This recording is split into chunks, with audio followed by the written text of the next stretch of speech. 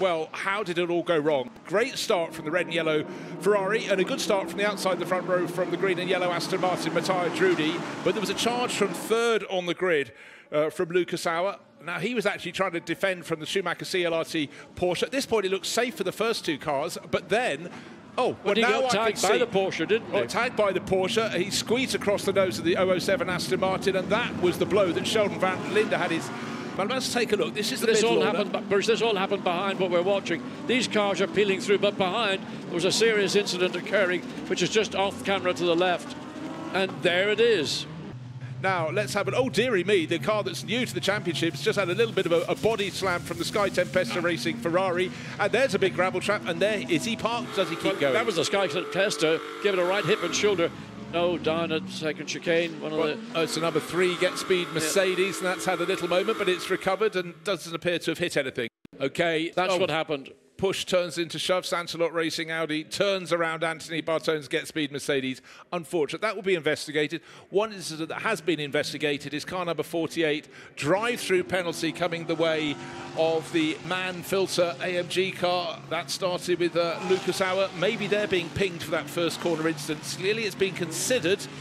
Now, this is a battle for the lead in the gold class, and the 21 Aston Martin up the inside, but the 88 crew pushing and making it work. Really good move from Liaro Moncini. He's got a pair of Lorenzos to share with. He's got Lorenzo Patrese, Lorenzo Ferrari, and he's done them proud. Race leader in Alessio Rivera gets it down. Remember his margin, 3.2 seconds ahead of the pit stops. Will Ihan Guven follow him into the pit lane? Well, Raffaele Marcello certainly has, and I think directly ahead of him is the Porsche.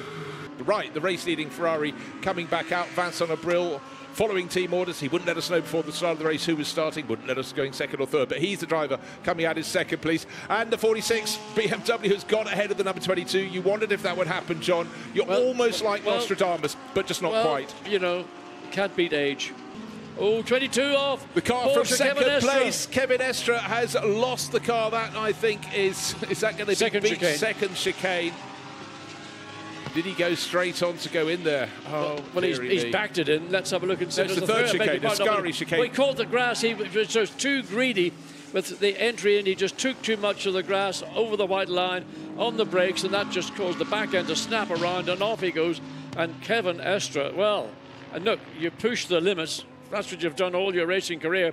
On this occasion, it's not paid dividends. Now, how do you enjoy your racing if you're in a Lamborghini? Do you enjoy crashing into another car? Well, that is why the number 19 Matteo Llarena Lamborghini has picked up a penalty, and the number 63 car is an Iron Lynx car, but it's a fellow Lamborghini racer, and that is just not what you expect. Leonardo Pulcini, absolutely the innocent party there. That's what I call an unguided missile attack. Just noticed the Kevin Estre Porsche's one of those cars in front of him, but of course he's had lost a good lap by going off into the gravel. There he is. Speaking about Kevin Estre, there he is.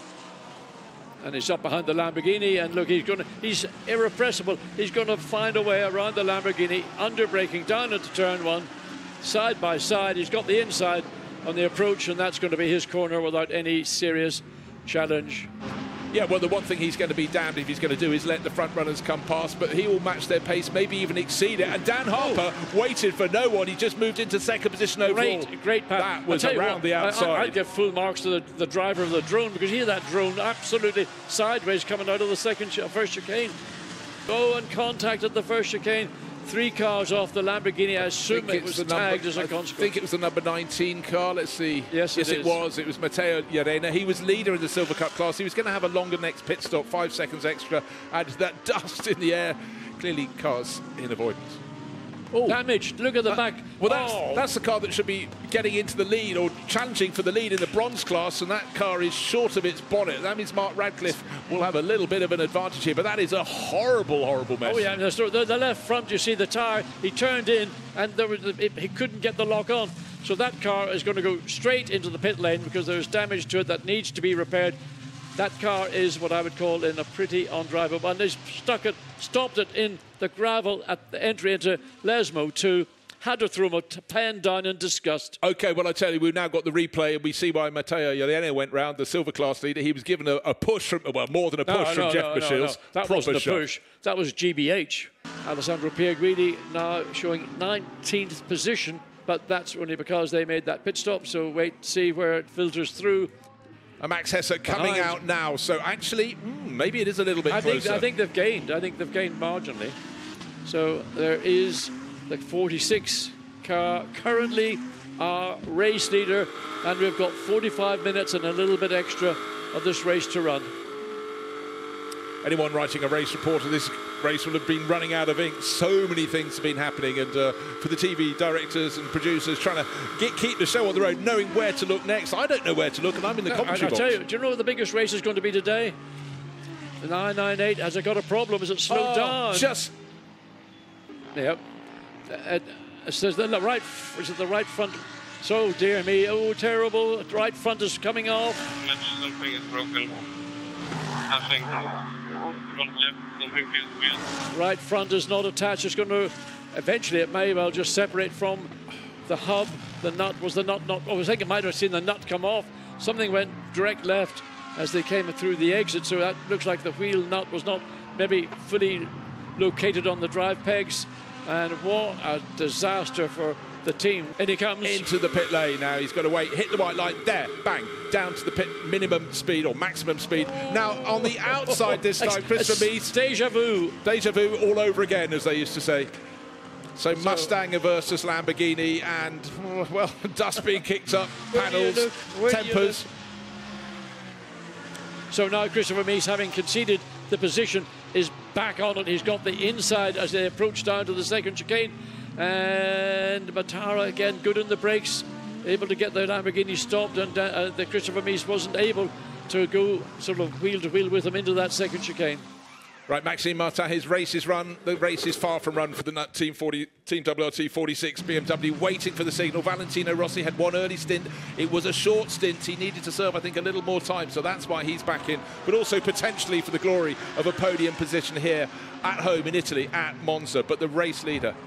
And is Rossi going to pop out ahead of the Ferrari? Oh, wow, this could be quite... I'm waiting for this cheer from the grandstand beneath our commentary position. The race-leading Ferrari is in the background of the shot. Has this been a masterstroke from Team WRT? But in this race, John, I'm not sure I want to put nail my colours to any mast in particular, but it seems a huge lead. Got 34 minutes to go. There is Alessandro Pierguidi, fastest car driver pairing on the racetrack, bar none. So here's a battle going, 51 and 48 side by side.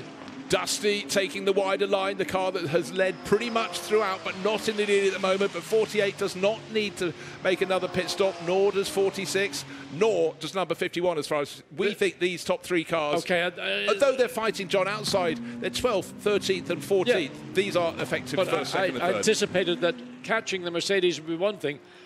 Getting around it was going to be a bigger challenge, and that's what Alessandro Pierguidi, I think, is discovering. Here we go. Well, this is how tough it is getting, and all along, Valentino Rossi will be having a little bit of a giggle in the leading BMW, but that place will have to be handed back. Yeah, give it back.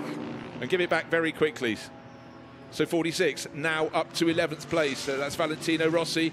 As we're looking at other cars starting to blink, and some have had to serve drive-through penalties, that's dropped down the order, but it feels a false position, but we'll only know when we get to the end, with a lot of cars coming to pits. Look, we're deep into a 3-hour race, John, and the first three cars covered by, what, a second and a half? But it's the pace at which the two cars behind Valentino run them down, and I would think that Mauro Engel is going to be thinking about lining up the BMW. He may not be able to do it on this run. Oh, around the outside, and this time it's going to work. That was very, very tiny. The applause from the grandstand will be ringing out because that was a great move into the first chicane. But Mauro Engel did enough just to keep out of the way when he realised the corner was lost. I mean, that was a big, big move by Pierguidi to make it stick. And great defence from Mauro Engel, but inevitably the pace of the Ferrari just too great. But epic racing down the inside. No, I'm showing you only the outside. Valentino Rossi maybe smiling. No, I don't know. He's going to come across. He has done it. Yes, Rossi he's done was it. Super cautious. He decided he wants the better exit from the chicane. But what a move from Alessandro Pierguidi. And breathe out today, of course. Yeah, and I mean, I should say Valentino Rossi allowed room for both drivers to work.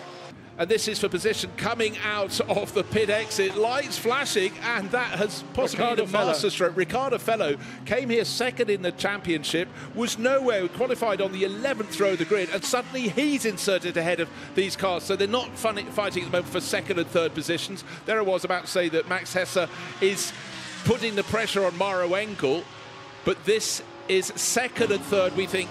So the Ferrari that's led all the way has been shuffled down the order, but we will still wait. And waiting to see if Dries van Tor, from the current lead of the race, and Jake Dennis, who's leading the bronze class in second place overall, both in BMWs, can come in, reset their stint time, and pop out ahead of these cars. Talk about a race that keeps on changing its complexion. There's so much going on. Van Tor into the pits. Right, where's he going to come out? He's going to drive through. That will reset his pit stint time. It seems agonisingly slow as he drops the pace. 50 kilometres per hour. Jake Dennis now in the lead of the race. He's gone through. He's in the bronze class. He will probably come in next time around. And suddenly for his teammates, Darren Lung and Toby Sowry, could this be a win for Paradigm Motorsport? Will it be a win for Team WRT? Dries stops, gets a going again. Now, where is he going to come out? Will he be in the lead of this race? What's left on the clock? You know just under 12 minutes. I like this revision to how the race distances are, because actually it's throwing in so many curved poles that it's become virtually almost unpredictable as who's going to do what. Now, is this the 96 car of Julian Andlauer coming down? Will that be going to the lead of the race? Or was that 97? Oh, looking behind the number... Wow, suddenly we've got the first handful of cars very close together. What's happened is 32 and 30. Oh, and Dries van Tor runs wide, and suddenly 30 Jens Klingman shifts ahead. And the current leader is actually the little Audi there, car 66, Max Hoffa, who has been doing a fantastic... He was here to do a double stint, but he has got to stop. He's got to come in. Oh, my word, John. And tucked up behind Dries van Tor. Unusual to see him make a mistake, but he was so desperate to get going, possibly not the heat he wanted. Yeah, well, he'd been in the pit lane isn't as clean up, trying to get up the inside, when he is somebody kicks up the dust on the exit. Now the Audi gets compromised. Up the inside goes Dries van Tor. Didn't need the second invitation. I mean, that is an illustration of what a racing driver is all about. Oh, 10-second time penalty for 991. The car we thought that might be going to lead the race. Here it comes in to make its final visit to the pit stop. And 10 seconds added for Jake Dennis's car. Oh, dear me. Oh, my word. Who is writing the script for this one? Julian Andlauer leading the race. Second place is the number 30 BMW, Jens Klingman at the wheel. Dries van Tor right on his tail in third. But look at the red and yellow Ferrari in the background, closing it all the time. Max Hoffa's between them. He's had a sensational race for Tresa Attempto Racing. But at the moment, we've got a bronze class car in second and fourth. 5 minutes. So up the inside, Klinsmann does. Great overtake by Klinsmann. Takes the overall lead. And then you've got Dries van Tor, who thought he was going to get an opportunity. There you can see the gaps in the last 3 laps. 0.8, 1.1 and 1.7. The Ferrari is flying. It's absolutely extraordinary, but we're going to have some drivers up on the podium, surely, who didn't expect to be there. And into second place goes Dries van Tor. We've already seen the car that's leading him pull over once, but it's Jens Klingman thinking this is too good a chance to take an outright victory. The Porsche's coming in. Maybe they come in just too soon. Oh, my word. But now, Dries van Tor, it's more than company he's got. He's almost got a badge on his boot, and it's a prancing horse. It's the final lap. Is he going to be close enough? He's closing in. Jens Klingman will lead into the first chicane. The Ferrari's on the outside. Dries van Tor is nobody's fault. They rub, they kiss. Maybe they'll kiss and make up, and then the place gained by the Ferrari, but I don't think that counts as a gain because he cut the chicane. And at this moment, he's carrying his extra momentum to try and catch up with Jens Klingman. I'm sure the race officials will look at that. Maybe it will just be fair.